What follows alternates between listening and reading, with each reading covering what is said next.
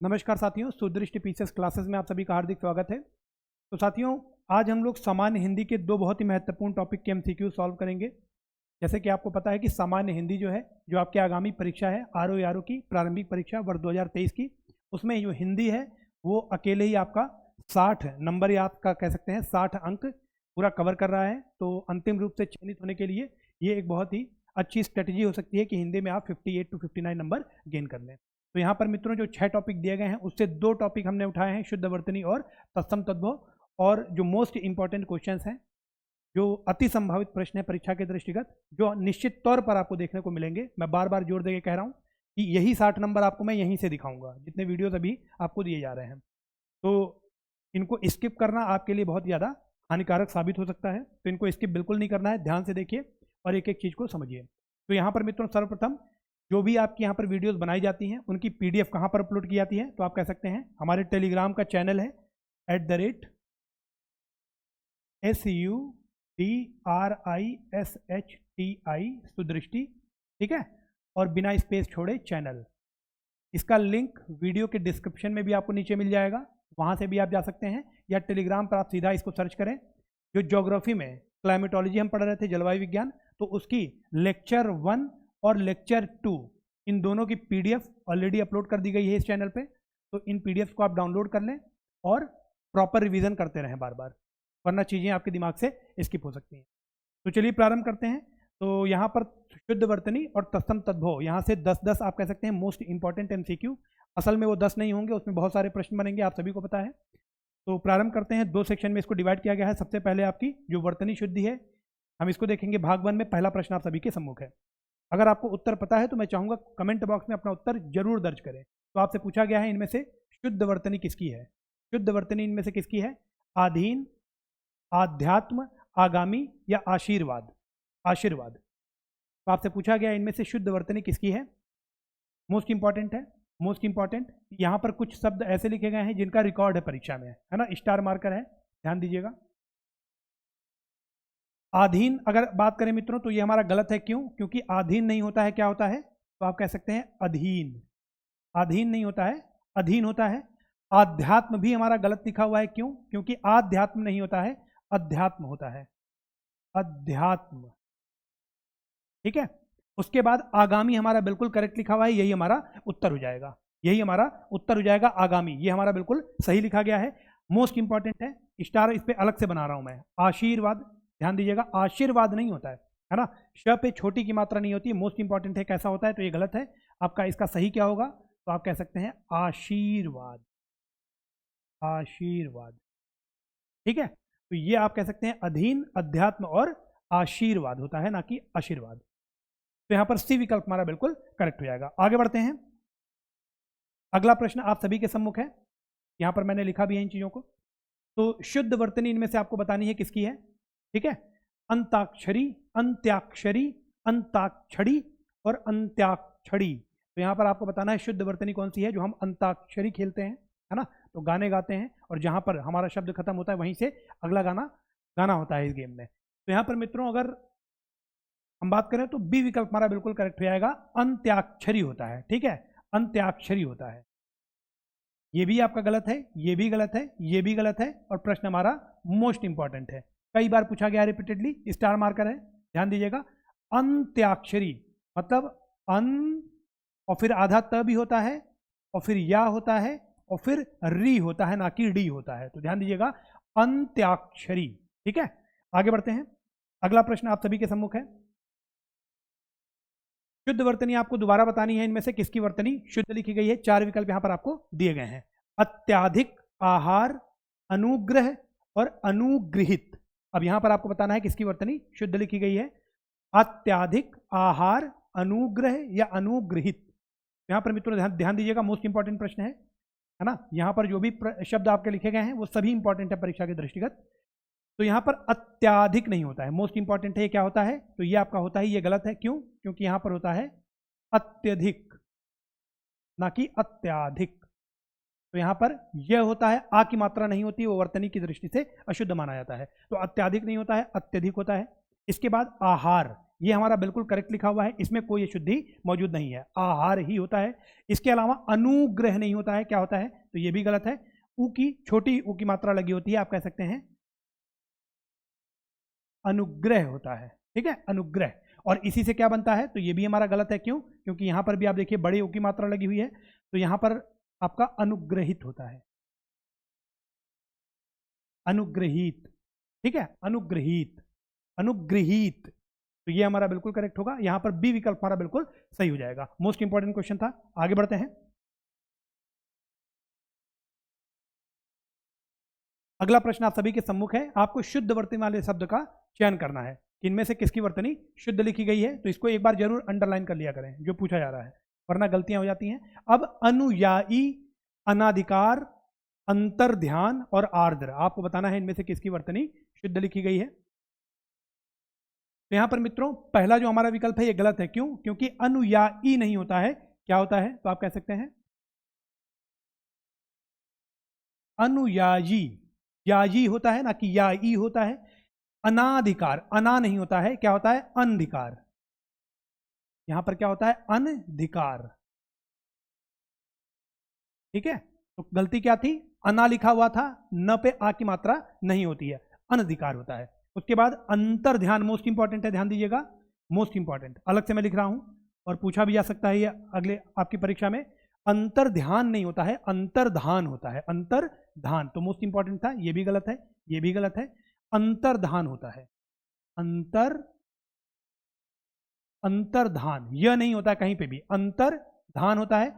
इसके बाद मित्रों आर्द्र की अगर बात करें तो आर्द्र और शुष्क, है ना, ड्राई एंड ह्यूमिड, तो आर्द्र जो है ये हमारा बिल्कुल करेक्ट लिखा हुआ है, यही हमारा उत्तर हो जाएगा, क्योंकि आपसे शुद्ध वर्तनी का चयन करने के लिए यहां पर कहा गया था। आगे बढ़ते हैं, मोस्ट इंपॉर्टेंट क्वेश्चन था ये। इसके बाद मित्रों अगला प्रश्न आप सभी के सम्मुख है, वर्तनी की दृष्टि से अशुद्ध शब्द इनमें से कौन सा नहीं है। अब प्रश्न कान को ऐसे नहीं पकड़ा है, घुमा करके पकड़ा है ऐसे, कौन सा शब्द अशुद्ध शब्द इनमें से कौन सा नहीं है। इसके अलावा ये भी कह सकता था कि कौन सा इनमें से शुद्ध शब्द, इनमें से कौन सा शुद्ध शब्द है, ठीक है। तो अशुद्ध शब्द नहीं है का मतलब क्या है कि कौन सा शुद्ध है, कौन सा शुद्ध है। तो यहां पर मित्रों अनिष्ठ, अहल्या, अर्थात और अवहान, तो यहां पर मोस्ट इंपॉर्टेंट मैं पहले लिख देता हूं, क्योंकि यहां पर जितने भी शब्द लिखे गए हैं कई बार आपके एग्जाम में पहले पूछे गए हैं, है ना। अगर आपने प्रीवियस ईयर पीवाईक्यूज लगाए होंगे तो वहां पर ये आप कह सकते हैं सारे शब्द आपको दिखाई देंगे। तो अनिष्ठ नहीं होता है, क्या होता है, ठ नहीं होता है, क्या होता है, तो आप कह सकते हैं ये हमारा गलत है, क्यों, क्योंकि यहां पर होगा अनिष्ट, ट होता है ना कि ठ होता है, ठीक है। इसके बाद अर्थात हमारा गलत है, मोस्ट इंपॉर्टेंट है, क्यों, ये भी गलत है, क्योंकि यहां पर अर्थात और त के नीचे आपका हलंत होता है, अर्थात और त के नीचे आपका हलंत होता है, त के नीचे आपका हलंत होता है। इसके बाद अवहान नहीं होता है, वह छोटा नहीं होता है, वह आधा नहीं होता है, मतलब वह पूरा होता है, ह आधा होता है। तो आप इसको कैसे लिखेंगे, आह्वान, आह्वान, ह आधा होता है, तो ये भी गलत है, तो क्या हो जाएगा, आह्वान, ठीक है। तो यहां पर ह आधा होता है, आप हलंत लगा सकते हैं, और वह पूरा होता है, तो आह्वान होता है ना कि आह्वान होता है। तो यहां पर मित्रों बी विकल्प हमारा बिल्कुल करेक्ट है, कई बच्चे यहां पर कंफ्यूज रहते हैं, ठीक है। तो यहां पर आप देखेंगे अहल्या जो है हमारा ये बिल्कुल करेक्ट लिखा गया है, वर्तनी की दृष्टि हमारा बिल्कुल शुद्ध है। आगे बढ़ते हैं, मोस्ट इंपॉर्टेंट क्वेश्चन था। अगला प्रश्न आप सभी के सामने है, शुद्ध वर्तनी वाले शब्द का आपको यहां पर चयन करना है। शुद्ध वर्तनी इसमें यहां पर किसकी है, तो यहां पर अतिशयोक्ति कैसे लिखा जाता है, तो मैं पहले यहां पर लिख के आपको दिखा देता हूं, अतिशयोक्ति, अति और ध्यान रखिएगा श पूरा होता है, ठीक है, अतिशयोक्ति, यह आपका अतिशयोक्ति होता है, मोस्ट इंपॉर्टेंट है, मोस्ट इंपॉर्टेंट, और अनगिनत बार आपसे परीक्षा में पूछा गया है, तो स्टार भी लगा दे रहा हूं, मोस्ट इंपॉर्टेंट भी लिख दिया गया है, इसको आपको ध्यान रखना है। अति श पूरा होता है, यहां पर श जो है आपका ये पूरा होता है, आधा नहीं होता है, तो अतिशयोक्ति एकदम करेक्ट लिखा हुआ है। अतिशयोक्ति का मतलब होता है किसी चीज को बढ़ा चढ़ा कर कहना।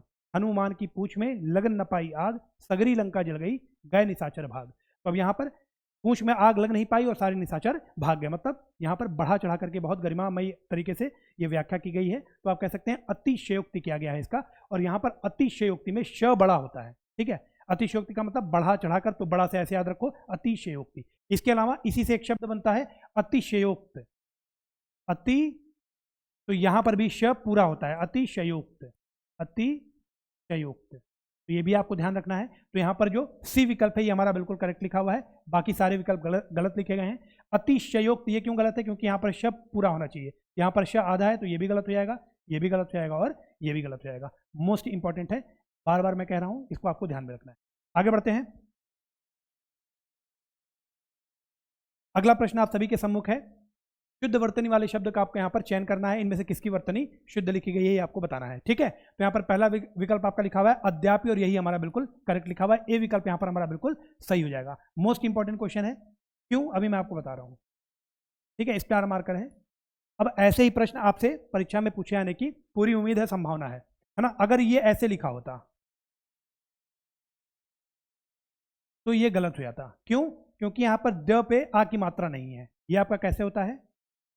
तो ये आपका करेक्ट वर्तनी है, ये आपकी अशुद्ध वर्तनी है। इसके अलावा अनुसरण, अनुसरण नहीं होता है, क्या होता है? तो आपका होता है अनुसरण, अनुसरण, ठीक है। तो यहाँ पर स ये वाला होता है छोटा वाला, न कि बड़ा वाला होता है अनुसरण। तो ये हमारा गलत हो गया। इसके बाद अगर आमिष की हम बात करें तो आमिष में ये बड़ा वाला श नहीं होता है, पेट फटा वाला श होता है। मतलब ये कैसे लिखा होता है? तो आप कह सकते हैं आमिष, ठीक है। तो ये आपका यहाँ पर ए विकल्प हमारा बिल्कुल करेक्ट हो जाएगा। आगे बढ़ते हैं मित्रों। अच्छा, यहाँ पर एक छूट गया था, ये आपका जो लिखा हुआ है अतयोक्ति, अतयोक्ति नहीं होता है, ये आपका क्या होता है? अतयुक्ति होता है। मोस्ट इंपॉर्टेंट है, ध्यान दीजिएगा, मोस्ट इंपॉर्टेंट, ये पहले भी पूछा जा चुका है। ये आपका अतयुक्ति होता है, अतयुक्ति, ठीक है। अतयोक्ति नहीं होता है, त आधा होता है और यो नहीं होता है, यू होता है, ठीक है। आगे बढ़ते हैं। अगला प्रश्न आप सभी के सम्मुख है, शुद्ध वर्तनी वाले शब्द का यहाँ पर आपको चयन करना है। अब अनन्नास कैसे लिखा जाता है? अनन्नास, अनन्नास। तो आइए लिखते हैं अनन्नास। तो पहले अन लिख लेते हैं और फिर अनन्ना, अनन्ना, है ना। तो यहाँ पर आधा ना और फिर पूरा ना और फिर से अनन्नास, है ना। अब इसको आप अगर लिखेंगे, टाइप करेंगे तो ये ऐसे लिख के आएगा, ये ऐसे लिखता है, ठीक है, अनन्नास। तो अब ये जहाँ पर लिखा हुआ है आप पकड़ लो। तो यहाँ पर मित्रों आप देख सकते हैं जो पहला विकल्प है ये हमारा बिल्कुल करेक्ट लिखा हुआ है, अ और न पूरा लिखा हुआ है, फिर आधा ना है, पूरा ना है और स है। तो ए विकल्प यहाँ पर हमारा बिल्कुल करेक्ट हो जाएगा। ये जो वर्तनी है ये आपकी बिल्कुल शुद्ध लिखी गई है, तो इसको आपको ध्यान रखना है। तो ए विकल्प यहाँ पर हमारा बिल्कुल करेक्ट हो जाएगा। मोस्ट इंपॉर्टेंट है, यहाँ पर मैं लिख दे रहा हूँ मोस्ट इंपॉर्टेंट और स्टार मार्कर, ठीक है। आगे बढ़ते हैं। अगला प्रश्न आप सभी के सम्मुख है, अशुद्ध वाक्य का आपको यहाँ पर चयन करना है। अशुद्ध वाक्य इनमें से कौन सा है? मोहन और सोहन सोते हैं, बिल्कुल सही है, कोई गलती नहीं है, मोहन और सोहन सोते हैं। इसके बाद माता पिता बैठी हैं, माता पिता बैठी हैं, है ना। तो बैठी हैं, पिता यहाँ पर क्या हो गया? पुल्लिंग हो गया। तो माता पिता में बैठे हैं होगा, बैठे हैं, बैठी हैं नहीं, बैठे हैं, माता पिता बैठे हैं। तो यही हमारा अशुद्ध लिखा हुआ है, तो यही हमारा उत्तर हो जाएगा। क्या अशुद्धि है? बैठी है नहीं होगा, क्या होगा? बैठे हैं होगा। इसके बाद बाघ और बकरी एक घाट पानी पीते हैं, बिल्कुल करेक्ट है, और वह आप और मैं चलूंगा, ठीक है। तो ये भी हमारा बिल्कुल सही लिखा गया है। आगे बढ़ते हैं मित्रों। अगला प्रश्न है, अशुद्ध वाक्य का आपको दोबारा से चयन करना है। अशुद्ध वाक्य का, काशी सदा भारतीय संस्कृति का केंद्र रही है। काशी सदा भारतीय संस्कृति का केंद्र रही है। तो आप देखेंगे यहाँ पर कर्ता जो करता है उसके हिसाब से आप कह सकते हैं स्त्रीलिंग और पुल्लिंग डिसाइड किया जाता है या निर्धारित किया जाता है। तो भारतीय संस्कृति का केंद्र, है ना, संस्कृति का केंद्र रही है ही होगा, क्योंकि ये स्त्रीलिंग है, तो ये हमारा बिल्कुल करेक्ट लिखा गया है। पहले कलकत्ता भारत की राजधानी थी, पहले कलकत्ता भारत की राजधानी थी। अब यहाँ पर कर्ता क्या है? पहले कलकत्ता भारत की राजधानी थी, कर्ता यहाँ पर हो गया कलकत्ता। अब कलकत्ता क्या है? पुल्लिंग है कि स्त्रीलिंग है? तो आप कहेंगे कलकत्ता हमारा पुल्लिंग है, तो इसीलिए यहाँ पर कलकत्ता भारत की राजधानी थी नहीं होगा, क्या होगा? भारत की राजधानी था, है ना, भारत की राजधानी था। तो यहाँ पर मित्रों बी विकल्प हमारा अशुद्ध है, अशुद्ध का ही चयन करना था, तो यही हमारा उत्तर हो जाएगा। इसके अलावा उदक ज्ञान ही उसकी पूंजी था, तो ये बिल्कुल करेक्ट लिखा हुआ है, उदक ज्ञान ही उसकी पूंजी था, और श्री कृष्ण के अनेक नाम है, तो इसमें कोई अशुद्धि नहीं है, तो ये भी हमारा बिल्कुल सही लिखा गया है। आगे बढ़ते हैं, अगला प्रश्न देखते हैं। अब यहाँ से शायद नेक्स्ट सेक्शन हमारा चालू होगा तद्भव और तत्सम का। भाग 2 है हमारा तत्सम और तद्भव, मोस्ट इंपॉर्टेंट जो 10 MCQs है ना, और यहीं से आपको परीक्षा में मैं दिखाऊंगा, जब पेपर आएगा तो ये सारे प्रश्न मैं आपको स्क्रीनशॉट करके दिखाऊंगा। तो पहला प्रश्न आप सभी के सम्मुख है और मोस्ट इंपॉर्टेंट है ना, मोस्ट इंपॉर्टेंट है। ये सारे प्रश्न आपके पहले पूछे जा चुके हैं, आप कह सकते हैं मोस्ट इंपॉर्टेंट। PYQs का यहाँ पर हम रिवीजन कर रहे हैं। तत्सम शब्द की यहाँ पर आपको पहचान करनी है, तो यहाँ पर आप देखिए खुर कमल चाम और घड़ा, खुर कमल चाम और घड़ा। अब खुर तत्सम है कि तद्भव है, तो मैंने आपको बताया था अगर ख है तो आपका क्या हो जाएगा, वो आपका तद्भव हो जाएगा। तो यहाँ पर खुर लिखा हुआ है तो ये तद्भव है, इसका तत्सम क्या होगा, तो ख का हो जाता है क्ष, है ना। तो आप कह सकते हैं ये आपका हो जाएगा खुर, तो ये आपका इसका तत्सम होगा। तो तत्सम शब्द की पहचान करनी है तो ये नहीं हो सकता। उसके बाद कमल, कमल तत्सम है कि तद्भव है, तो मैंने आपको पहले ही बताया है कि जो कमल है ये हमारा तत्सम शब्द है। कमल किसका तत्सम है, तो आप कह सकते हैं कमल का, कमल का। तो ये एक तत्सम है, इसका तद्भव क्या हो जाएगा, इसका तद्भव हो जाएगा चंद्रबिंदी और फिर कमल, कमल, कमल का तत्सम होगा कमल। तो कमल एक तत्सम शब्द है, यही हमारा उत्तर हो जाएगा। इसके बाद चाम, चाम जो है ये आपका तद्भव है और इसका तत्सम क्या होगा, तो चाम का हो जाएगा चर्म, चाम का हो जाएगा चर्म। और घड़ा जो है इसका क्या हो जाएगा, तो इसका हो जाएगा घट। मोस्ट इंपॉर्टेंट है, मोस्ट इंपॉर्टेंट जो घड़ा है ये एक दो बार नहीं पूछा गया है, कई बार पूछा गया है। और जब ये अभी तो सिर्फ मैंने घट लिख दिया है, जब आपको ऑप्शन में घटक, घोटक ये सारे ऑप्शन दिखेंगे तो वहां पर कंफ्यूजन होता है। तो याद कर लो घड़ा का क्या होता है, घट होता है, ठीक है। चाम का चर्म हो जाएगा, खुर का छुर हो जाएगा और कमल का कमल हो जाएगा। कमल का कमल मोस्ट इंपॉर्टेंट है, इसको आपको ध्यान रखना है।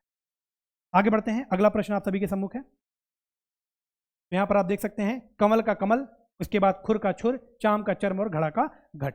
अगला प्रश्न आप सभी के सम्मुख है, नया का, नया का तत्सम रूप क्या है, नया का तत्सम क्या होगा, नया का तत्सम क्या होगा, ये आपसे पूछा जा रहा है। नया एक तद्भव शब्द है, तो नवल, नव्य, नूतन और नवीन।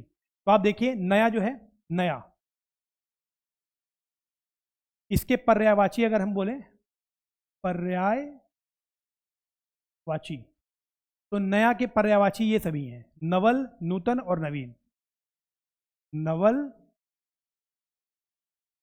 नूतन और नवीन, ये आपके नया के पर्यायवाची हैं, ना कि तत्सम है। नया का तत्सम क्या होगा, तो बी विकल्प हमारा बिल्कुल करेक्ट हो जाएगा। नया का तत्सम होगा नव्य। तो इसको आप मिटा सकते हैं वरना कंफ्यूजन होगा। नया का तत्सम क्या होगा, नया का तत्सम होगा नव्य। बाकी जो नवल, नूतन और नवीन है मोस्ट इंपॉर्टेंट है, ध्यान रखिएगा, पहले पूछा गया है पर्यायवाची भी इसका, है ना। तो नया का क्या हो जाएगा, नवल, नूतन, नवीन ये सभी पर्यायवाची हैं, नव्य जो है ये इसका तत्सम है, ठीक है। आगे बढ़ते हैं, अगला प्रश्न देखते हैं। तो अगला प्रश्न आप सभी के सम्मुख है।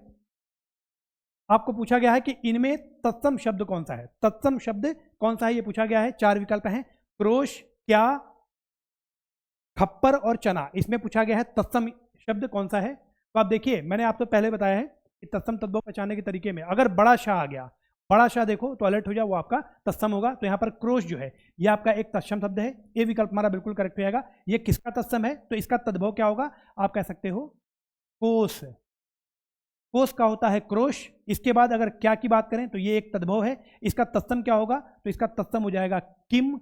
मोस्ट इंपॉर्टेंट है, ध्यान दीजिएगा, मोस्ट इंपॉर्टेंट है, मैं लिख दे रहा हूं मोस्ट इंपॉर्टेंट।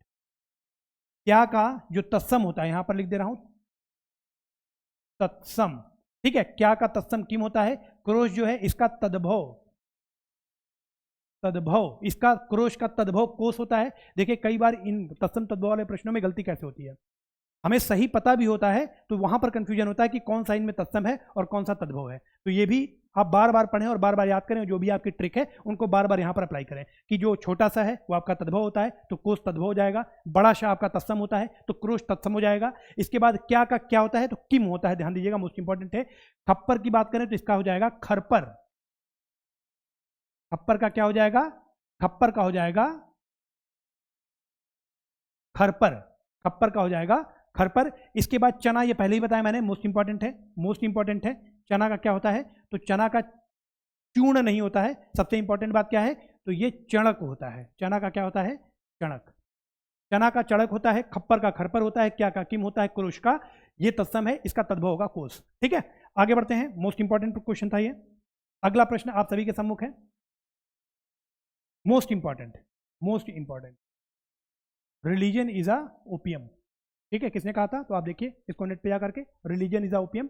अफीम का तत्सम शब्द आपसे पूछा गया है, अफीम का तत्सम शब्द इनमें से कौन सा है, अहिफेम, अहिफेनी, अहिफेन या आफीम, अफीम। तो आपसे पूछा गया है कि अफीम का तत्सम शब्द क्या होगा, मैं यहां पर लिख दे रहा हूं अहिफेन, ध्यान रखिएगा।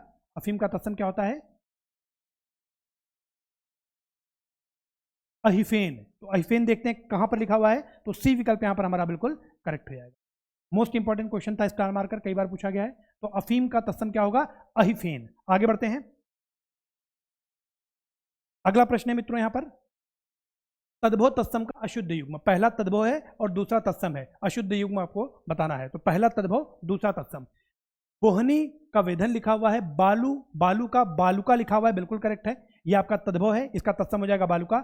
नयन का मैंने पहले ही बताया है, तत्सम क्या होता है, नयन होता है, और खेती का क्या होता है, क्षेत्रित होता है। तो ये सारे ऑप्शन आपके करेक्ट लिखे हुए हैं। अगर खेत लिखा होता है यहाँ पर खेत, तो इसका क्या होता है, इसका होता है क्षेत्र, खेत का होता है क्षेत्र और खेती का होता है क्षेत्रित।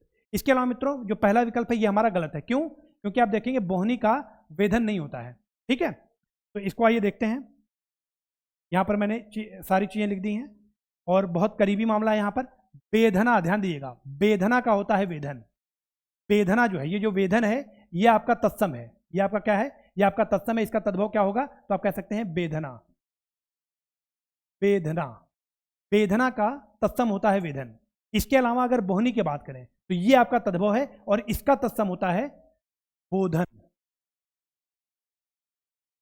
बोहनी का होता है बोधन।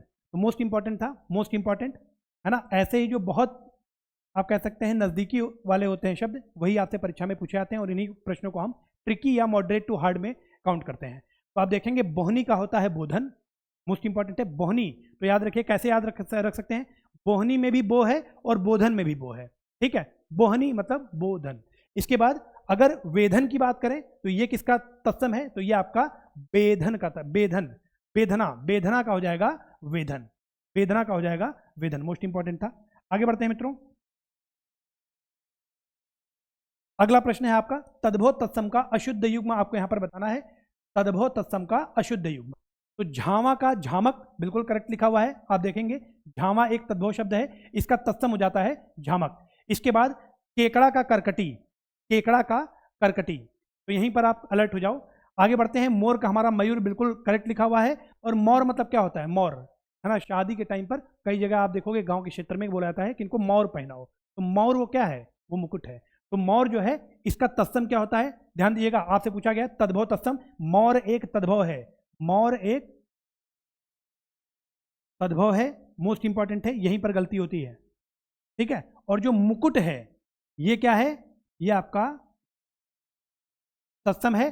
तो मोर का मुकुट होता है, मोर का मयूर होता है, और यहां पर ध्यान दीजिए केकड़ा का करकटी नहीं होता है, ये गलत है, क्यों, क्योंकि केकड़ा का तत्सम क्या होगा, तो आप कह सकते हैं करकट, केकड़ा का होता है करकट, और करकटी किसका तत्सम है, ये एक तत्सम शब्द है, ये क्या है, ये एक तत्सम शब्द है, ये किसका तत्सम है, तो इसके तद्भव की अगर बात करें, करकटी का तद्भव क्या होगा, तो आपका हो जाएगा ककड़ी, ककड़ी खीरा वाला, ककड़ी जो है जो हम लोग खाते हैं, ककड़ी खीरा है ना, तो ककड़ी का तत्सम होता है करकटी। और बाकी मैंने आपको बता दिया, मोर जो है ये एक तद्भव है, इसका तत्सम क्या होता है, तो इसका तत्सम होता है मुकुट। आगे बढ़ते हैं, यहाँ पर मैंने लिख दिया है, केकड़ा जो है इसका करकट होता है, ककड़ी का होता है करकटी, और ये पहले ही बता चुका हूँ, कीड़ा का क्या होता है कीट, और कूड़ा का होता है कूट, कीड़ा का क्या होता है कीट, और कूड़ा का होता है कूट। तो मोस्ट इंपॉर्टेंट है, सारे एक जैसे हैं, ये आपसे परीक्षा में लड़ सकते हैं, है ना, और लड़ेंगे तो इनकी पराजय होनी निश्चित है, क्योंकि आपने यहाँ पर इसको पढ़ लिया है। आगे बढ़ते हैं, अगला प्रश्न है मित्रों, भट्टी का तत्सम, भट्टी का तत्सम शब्द क्या होगा, मोस्ट इंपॉर्टेंट है, मोस्ट इंपॉर्टेंट है, भट्टी का तत्सम क्या होगा, भ्राष्ट्रिका, भट्ट, भत्तिका या भत्सना, है ना। तो यहाँ पर मित्रों भट्टी का जो तत्सम होता है, ध्यान दीजिएगा, वो क्या होता है, भ्राष्ट्रिका, ये विकल्प यहाँ पर हमारा बिल्कुल करेक्ट हो जाएगा, मोस्ट इंपॉर्टेंट स्टार मार्कर याद कर लीजिए, भट्टी का क्या होगा, भ्राष्ट्रिका। आगे बढ़ते हैं, देखते हैं और कोई प्रश्न है कि नहीं, यहाँ पर है, मोस्ट इंपॉर्टेंट है, ये भी मोस्ट इंपॉर्टेंट है, और यहाँ पर गलती कैसे होती है अभी मैं बताता हूँ। देखिए शाही का तत्सम शब्द आपसे पूछा गया है, शाही का तत्सम, तो आप देखिए शाही का तत्सम अक्सर हमें क्या लगता है, शाही होगा, शाही नहीं होगा, क्या होगा, शल्यकी, शल्यकी, मोस्ट इंपॉर्टेंट है, ये करेक्ट है, शाही का तत्सम क्या होता है, शल्यकी, तो मोस्ट इंपॉर्टेंट है, स्टार मार्कर है, इसको आपको याद रखना है, ठीक है, इसको आपको याद रखना है, शाही का क्या होगा, शाही का होगा शल्यकी। आगे बढ़ते हैं, अगला है मित्रों, तत्सम शब्द इनमें से आपको बताना है कौन सा है, तत्सम शब्द कौन सा है। तो यहां पर पहले तो कॉन्सेप्ट लगाइए, जो हम लोगों ने अब तक पढ़ा है, छोटा सा है तो ये तत्सम हो नहीं सकता, नाखून है ना, तो ये भी तत्सम नहीं है, इसका तत्सम हमें पता है, अभी हम लोग बात करेंगे इसकी बात। कुत्ता भी आपका तत्सम नहीं हो सकता। अब यहाँ पर देखिए सौभाग्य, ये एक अपवाद है, मोस्ट इंपॉर्टेंट है, आपको याद रखना होगा, यहां पर देखिए छोटा सा है, लेकिन फिर भी ये एक तत्सम शब्द है। क्यों? डी विकल्प यहां पर हमारा बिल्कुल करेक्ट हो जाएगा। सौभाग्य किसका तत्सम है? तो इसका तद्भव क्या होगा? इसका तद्भव क्या होगा? तो इसका तद्भव हो जाएगा सुहाग, है ना। यहां पर भी देखिए छोटा सा है और यहां पर भी छोटा सा है। सुहाग का तत्सम होता है सौभाग्य। तत्सम शब्द ये आपको पहचानना था, तो ये हमारा करेक्ट हो जाएगा। बाकी अगर सुथरा बात करें तो ये आपका तद्भव है। इसका तत्सम क्या होगा? तो आप कह सकते हैं सुस्थिर, क्योंकि यह भी आप कह सकते हैं ये दोनों ही आपके अपवाद हैं, है ना। और मोस्ट इंपॉर्टेंट है, और हो सकता है आपको परीक्षा में देखने को मिल जाए। तो सुथरा का होता है सुस्थिर, और सौभाग्य जो है, ध्यान रखिएगा, ये एक तत्सम है, इसका तद्भव क्या होता है? सुहाग। इसके बाद नाखून, इसका तत्सम क्या होता है? तो इसका तत्सम होता है नख। ठीक है, ये तद्भव है, इसका तत्सम होगा नख। और कुत्ता एक तद्भव है, इसका तत्सम हो जाएगा कुक्कुर। कुक्कुर, कुत्ता का तत्सम होता है कुक्कुर, नाखून का नख। सुथरा जो है ये एक तद्भव है, इसका तत्सम होता है सुस्थिर। और जो सौभाग्य है ये एक तत्सम शब्द है, इसका तद्भव होता है सुहाग। आगे बढ़ते हैं। अगला प्रश्न है मित्रों, पर्यंक। पर्यंक का तद्भव शब्द क्या होगा? मोस्ट इंपॉर्टेंट है और कई बार ये पूछा जा चुका है, तो स्टार मार्कर है। पर्यंक का तद्भव क्या होगा? तो आप देखेंगे पर्यंक जो है ये किसका तत्सम है? तो ये आपका पलंग का तत्सम शब्द है। बी विकल्प यहां पर हमारा बिल्कुल करेक्ट हो जाएगा। पलंग का तत्सम शब्द होता है पर्यंक। आगे बढ़ते हैं। तो यहां पर मित्रों आज का सेशन हमारा समाप्त होता है। जो मोस्ट इंपॉर्टेंट आप कह सकते हैं तत्सम तद्भव और वाक्य शुद्धि या फिर वर्तनी शुद्धि से रिलेटेड हम लोगों ने जो भी प्रश्न किए हैं परीक्षा के दृष्टिगत अति महत्वपूर्ण है। मैं चाहूंगा कि अगर आपको वीडियोस अच्छा लग रहा हो, यहाँ पर जो भी वीडियोस अपलोड की जाती हैं, तो उनको लाइक और शेयर जरूर करें। यदि अभी तक आपने चैनल को सब्सक्राइब नहीं किया है तो चैनल को सब्सक्राइब कर लें और बेल आइकन को प्रेस कर लें। यहाँ पर मित्रों इस वीडियो की PDF आपको कहाँ से प्राप्त होगी? तो @SUDRISHTI और बिना स्पेस छोड़े CHANNEL, यहाँ पर आपको इसकी PDF तो प्राप्त होगी ही। इसके अलावा जो अन्य क्लासेज हैं उनकी भी PDF प्राप्त हो जाएगी। ये हमारा टेलीग्राम का चैनल है, ये टेलीग्राम का चैनल है, टेलीग्राम चैनल, ठीक है, टेलीग्राम चैनल। इसका लिंक वीडियो के डिस्क्रिप्शन में भी आपको मिल जाएगा। इसके अलावा अगर आपको अच्छा लग रहा हो वीडियो तो वीडियो को लाइक और शेयर जरूर करें। Thank you so much.